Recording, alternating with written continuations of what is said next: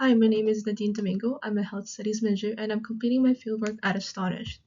Astonish is a nonprofit organization which promotes an inclusive community for young adults with complex disabilities.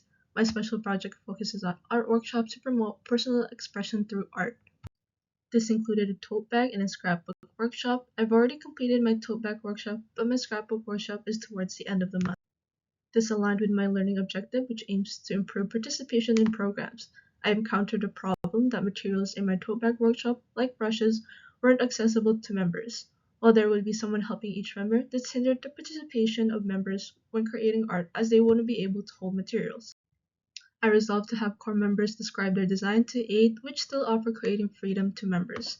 Through researching adaptive art, I will learn how to build opportunities for members to fully participate. I recognized the ways that I needed to account for inclusion when building activities to ensure everyone had a chance to participate.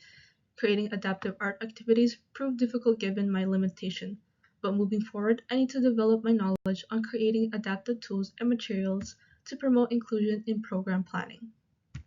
Inclusion must be considered in every aspect of a program. Through my actions, I emphasize ways inclusion can be incorporated into activities for diverse individuals, which reflected in the positive feedback from core members.